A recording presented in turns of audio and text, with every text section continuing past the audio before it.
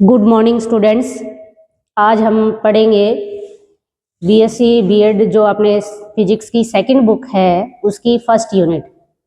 और first unit का जो पहला अपना टॉपिक है वो है अपना अदिश गुणनफल, या आपने कह सकते हैं बिंदु गुणनफल, या आपने कह सकते हैं डॉट प्रोडक्ट। सबसे पहले इसकी परिभाषा, यानी आप परिभाषा नोट करना चाहो तो कर सकते हो।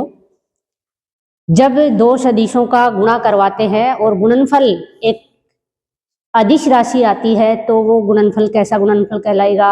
अदिश गुणनफल कहलाएगा।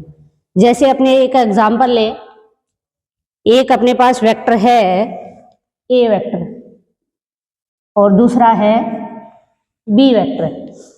अगर इनका अदिश गुणनफल करें अपने, तो अपने इसको कैसे लिखेंगे? A dot B vector equal to A vector का मापांक, बी वेक्टर का मापांक और आएगा कोस थीटा। ये यहाँ पे थीटा क्या है? ए व बी वेक्टर के बीच बनने वाला कोण। इसको अपने ऐसे भी लिख सकते हैं, ए डॉट बी वेक्टर बराबर A B cos theta.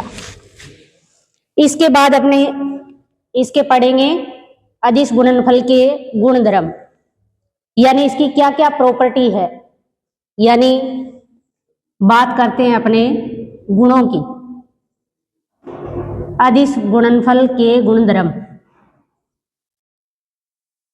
Number 1, यानी अदिश गुणनफल जो होता है वो क्या होता है? क्रम विनिमय होता है।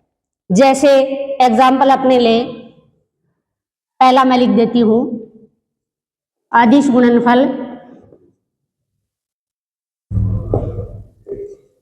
क्रम विनिमय होता है। जैसे एग्जाम्पल अपने ले,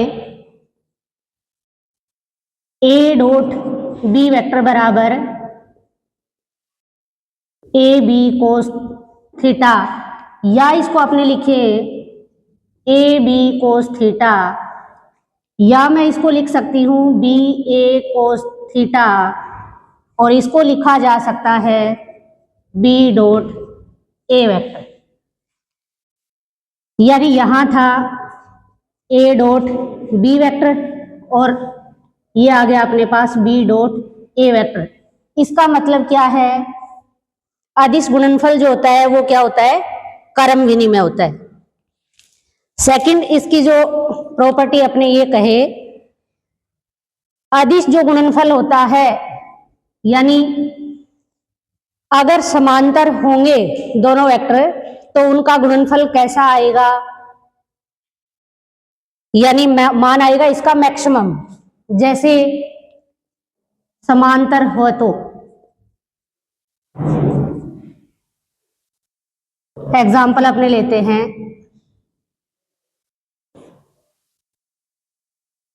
ए डॉट बी वेक्टर बराबर ए बी कोस थीटा। समांतर लिखा है मैंने, तो थीटा क्या हो जाएगा? यहां पे थीटा हो जाएगा 0 डिग्री। और आपको पता है कोस 0 डिग्री बराबर वैल्यू कितनी आएगी? 1। तो अपने पास आ गया ए डॉट बी वेक्टर बराबर ए बी। यानी अपने ये कह सकते हैं दो समांतर अदिश गुणनफलों का जो रिजल्टेंट होगा वो क्या होगा? मैक्सिमम होगा, या अधिकतम मान आएगा उनका। तीसरा, अगर दोनों वेक्टर क्या हो?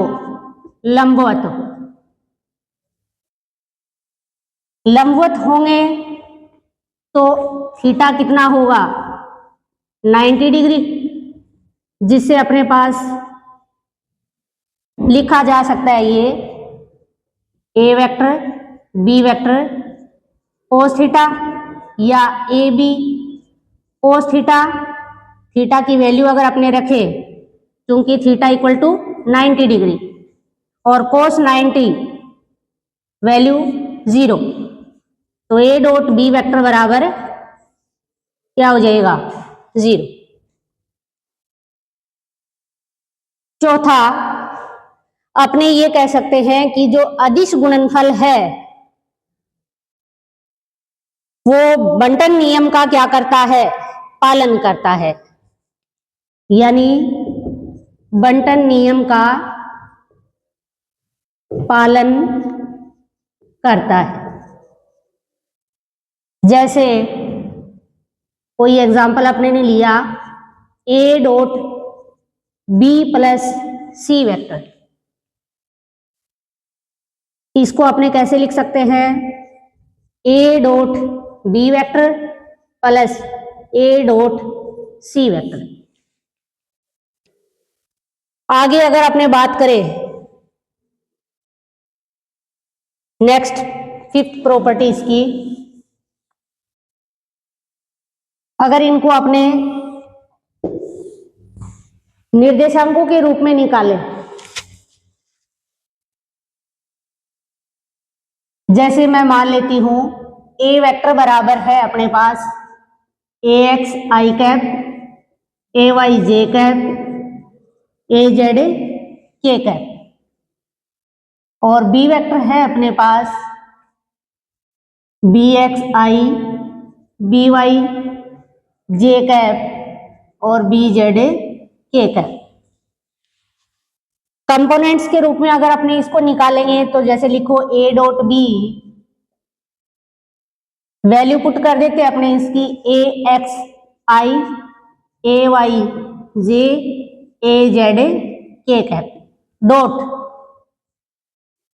BX I, BY J और BZ K कैप। कैसे हल करोगे इनको, सबसे पहले AXI का डॉट प्रोडक्ट करते हैं BXI के साथ, इसको लिखेंगे AX BX I dot I plus ऐसे ही इसका मल्टीप्लाई इसके साथ होगा AXI AX BY और यहां है I कैप और यहां है अपने पास J कैप।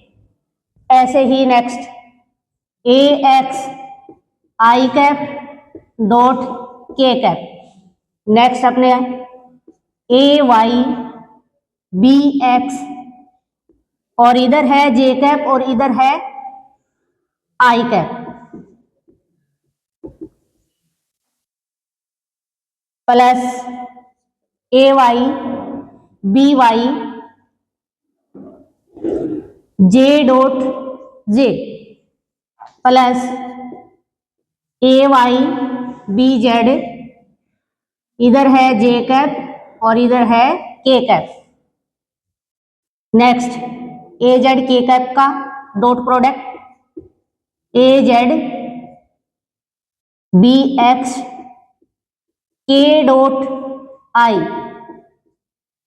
इधर आ जाएगा AZ BY K कैप और dot J plus last term है AZ BZ, इधर है K और वहां पे भी लिखा है अपने ने K, तो ये आ जाएगा K डॉट K।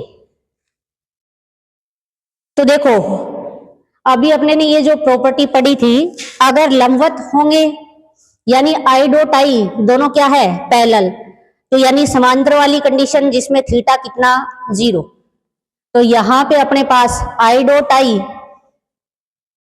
की वैल्यू और जैसे मैंने लिखा है I डॉट J, इनकी वैल्यू आप निकालोगे तो या तो सीधा ये याद रखो कि समांतर है तो और लंबवत है तो, यानी क्या आएगा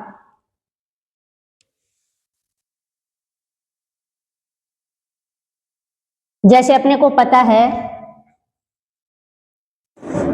ये कोई निर्देश तंत्र है, इसमें अपने ये XX लेते हैं, ये YX और ये ZX, यूनिट वेक्टर जैसे इसके XX के अनुदिश I कैप, Y के अनुदिश J और Z के अनुदिश K।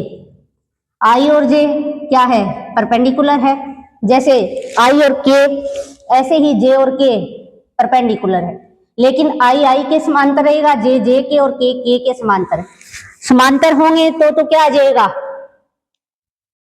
यानी आई डॉट आई कैसे लिखेंगे अपने, आई का मापांक, आई का मापांक और साथ में कोस थीटा। यहां थीटा क्या रहेगा, थीटा इक्वल टू 0, तो कोस 0 क्या आ जाएगा 1, और ये यूनिट वेक्टर है अपने पास, इनकी वैल्यू क्या होगी 1 1, और ये भी क्या हो गया 1, तो रिजल्ट क्या आएगा 1। कहने का मतलब ये है कि आई डॉट आई बराबर आएगा 1। ऐसे ही जे डॉट जे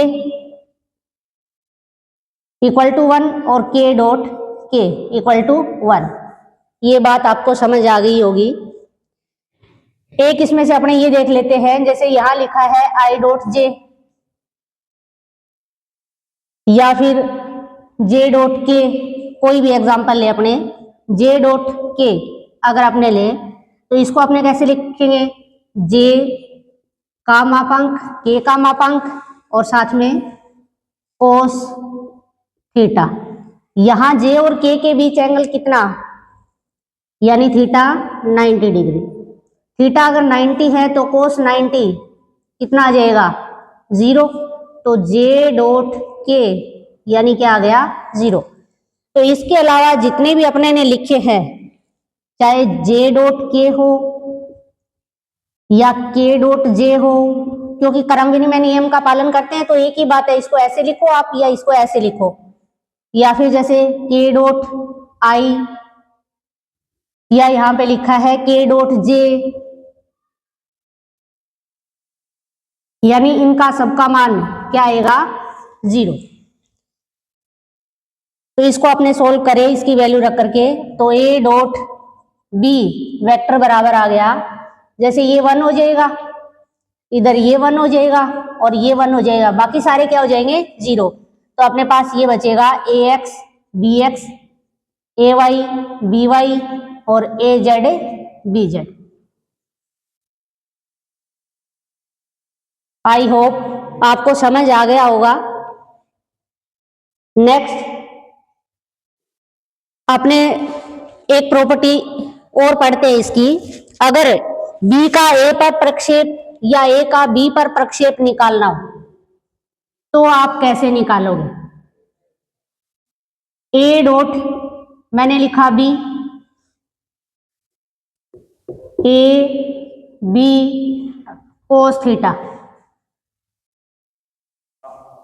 इसको आप लिख सकते हो ए का मापांक और इसको मैं लिख देती हूं बी कोस थीटा।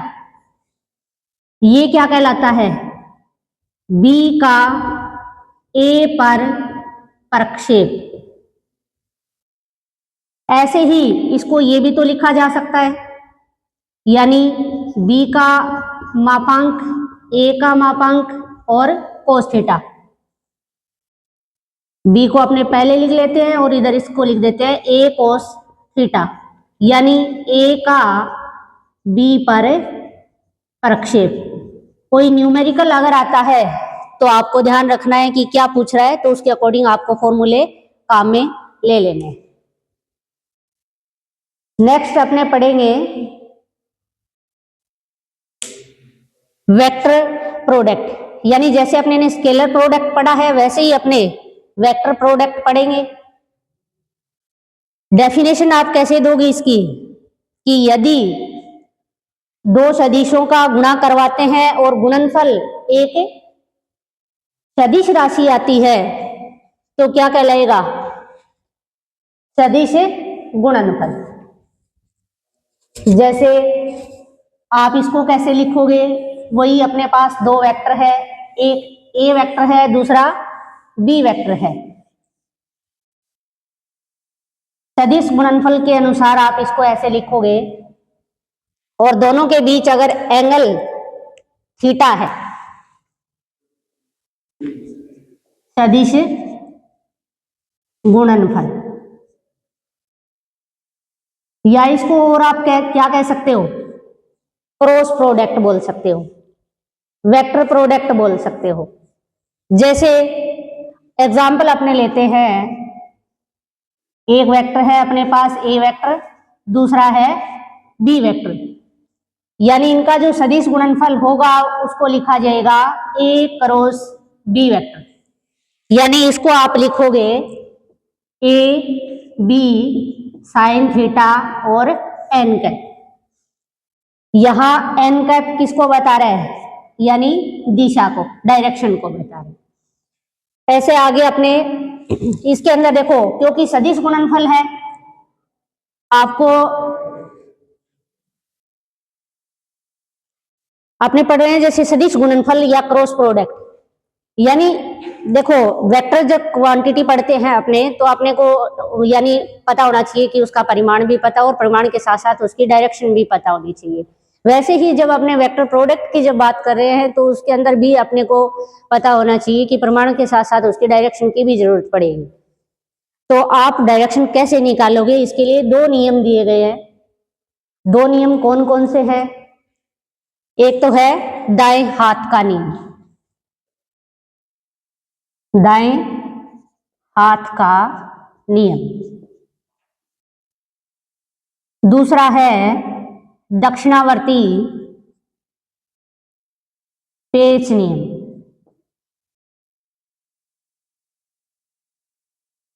दाएं हाथ का नियम क्या कहता है कि यदि आप अपने दाएं हाथ को, यानी ये मेरा दायां हाथ है, जैसे दाएं हाथ को, यानी दाएं हाथ की जो अंगुलियां हैं उसको किसी एक वेक्टर से दूसरे वेक्टर की तरफ घुमाएं, जैसे एक वेक्टर से दूसरे वेक्टर की तरफ ऐसे घुमा रहे हैं अपने, तो मेरा जो ये अंगूठा है ये जिस डायरेक्शन के अंदर रहेगा वो ए क्रॉस बी वेक्टर की डायरेक्शन को रिप्रेजेंट करेगा, बताइएगा। जैसे अपना एक वेक्टर, जैसे ये ले लिया, मान लो ये एक वेक्टर है, दूसरा वेक्टर इस डायरेक्शन में है तो अंगुलियां ऐसे मुड़ेगी, ये जो अंगूठा है वो ए क्रॉस बी वेक्टर की डायरेक्शन को बताएगा। जैसे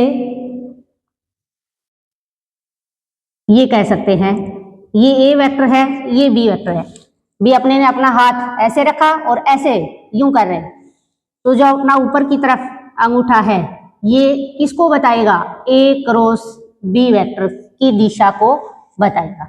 ये 20 का एंगल मान लेते हैं अपने थीटा है।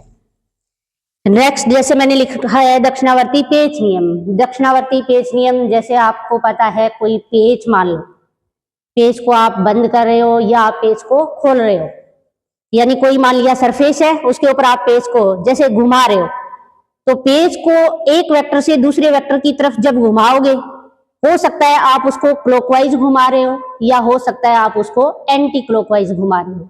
क्लॉकवाइज घुमाओगे तो वो सरफेस के अंदर नीचे की तरफ जाएगा, मतलब बंद हो रहा है तो नीचे की तरफ जाएगा, इसका मतलब उसकी डायरेक्शन किधर होगी, नीचे की तरफ।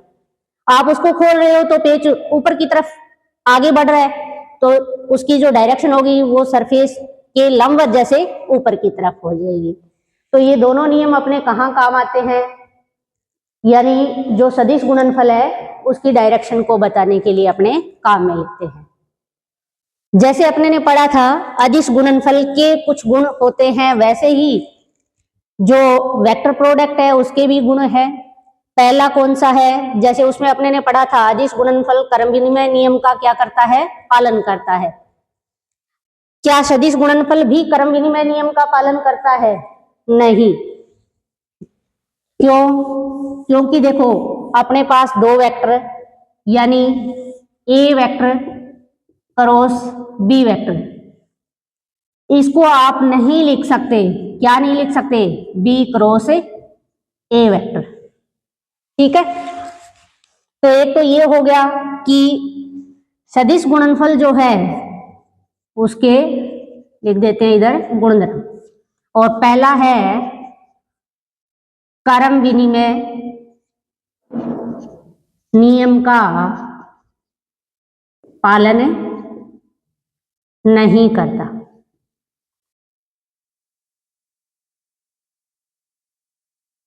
दूसरा अपने ये कहे कि दो जो वेक्टर ए वेक्टर और बी वेक्टर है ये अगर क्या है, लंबवत है, तो देखो यदि लंबवत है दोनों वेक्टर तो आप लिखोगे ए क्रॉस बी वेक्टर बराबर A B sine theta n cap. लंबवत लिया है तो थीटा कितना हो जाएगा 90 डिग्री। साइन 90 की अगर अपने वैल्यू देखे तो आ जाएगी 1।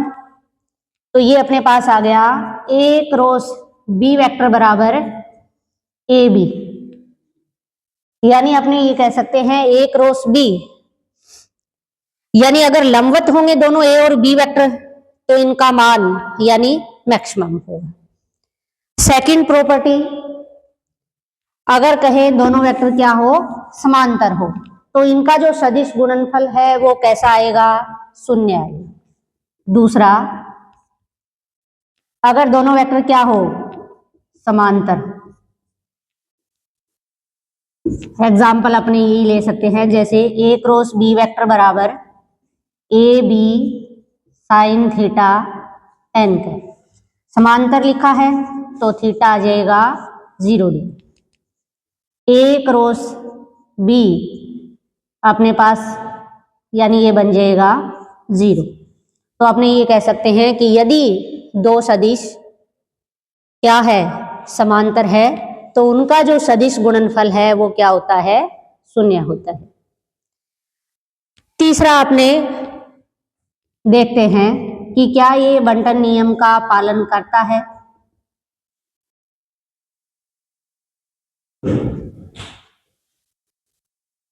हाँ, तो ये बंटन नियम का पालन करता है।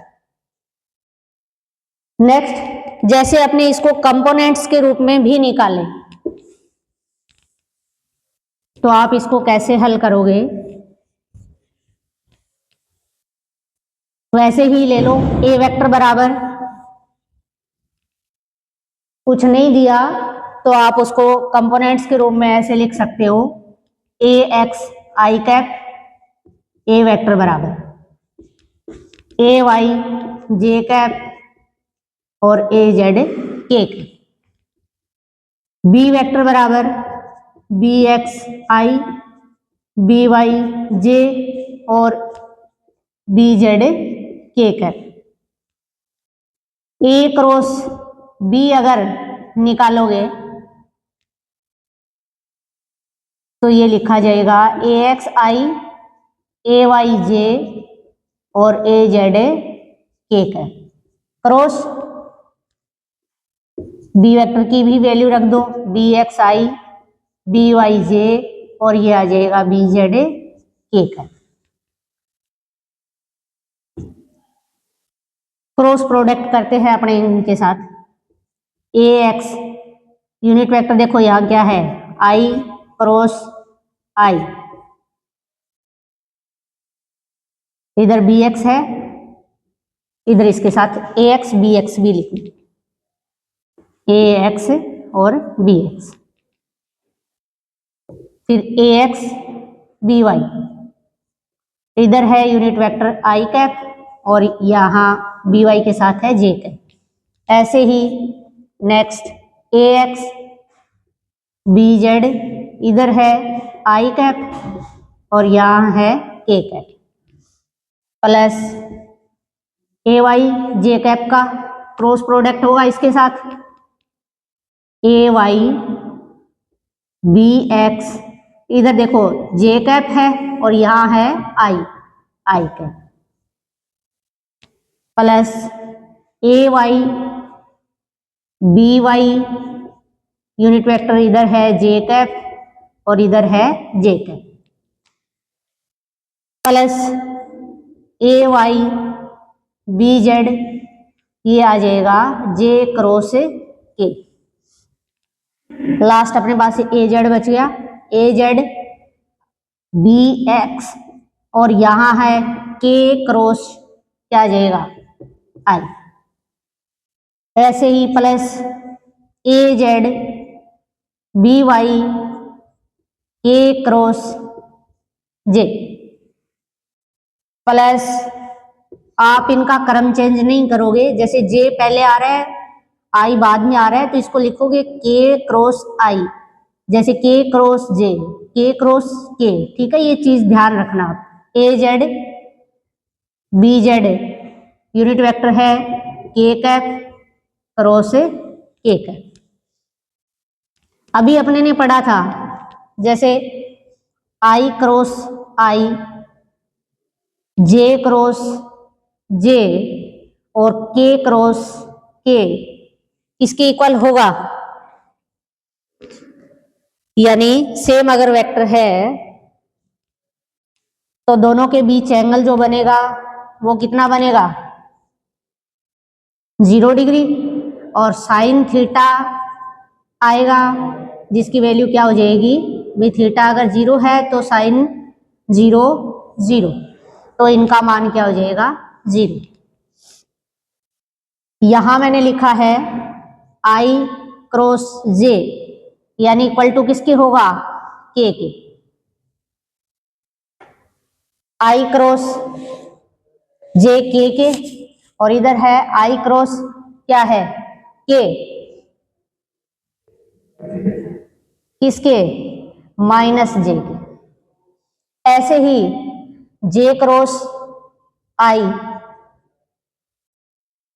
यानी क्रम से देखो आई जे जे के ऐसे आ रहा है, तो आप इनका साइन ध्यान रखना, जे क्रॉस आई यानी क्या हो जाएगा के, तो ये तो 0 बन जाएगा, और जे क्रॉस जे ये वाली टर्म भी 0 बन जाएगी, इधर ये भी क्या बन जाएगा 0 बन जाएगा। बाकी जो बचेगा आपके पास में उसको आप यानी सारणिक के रूप में ऐसे लिख सकते हो, ए क्रॉस बी बराबर यानी आई जे और के, ए x A Y A Z और बी एक्स बी वाई और बी जेड। जब आप इसको सोल्व करोगे तो ये जो बचेगी इसमें 0 लिखने के बाद बाकी टर्म, ये वैल्यू पुट करने के बाद आपका रिजल्ट आ जाएगा। इसके भी जैसे अनुप्रयोग है कि वेक्टर प्रोडक्ट का आप उपयोग कहाँ कर सकते हो, यानी इससे और क्या निकाल सकते हो आप इसको काम में लेकर के, वेक्टर प्रोडक्ट को आप निकाल सकते हो किसी समांतर चतुर्भुज का क्षेत्रफल। समांतर चतुर्भुज का क्षेत्रफल, जैसे अपने पास कोई एक समांतर चतुर्भुज है, जैसे ये समांतर चतुर्भुज ले लिया, ये मान लिया एल वेक्टर के बराबर है और ये बी वेक्टर के बराबर है। अपने पढ़ रहे हैं अनुप्रयोग। पहला है समांतर चतुर्भुज का क्षेत्रफल।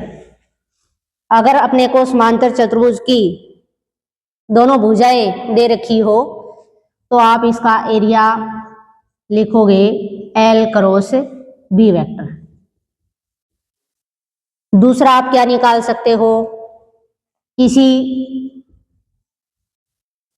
त्रिभुज का क्षेत्रफल। मान लो कि आधार दे रखा है और कोई एक भुजा दे रखी है, ए वेक्टर और बी वेक्टर, तो त्रिभुज का जो क्षेत्रफल बनेगा ये होगा 1/2 ए क्रॉस बी वेक्टर। तीसरा आप निकाल सकते हो बल आघूर्ण।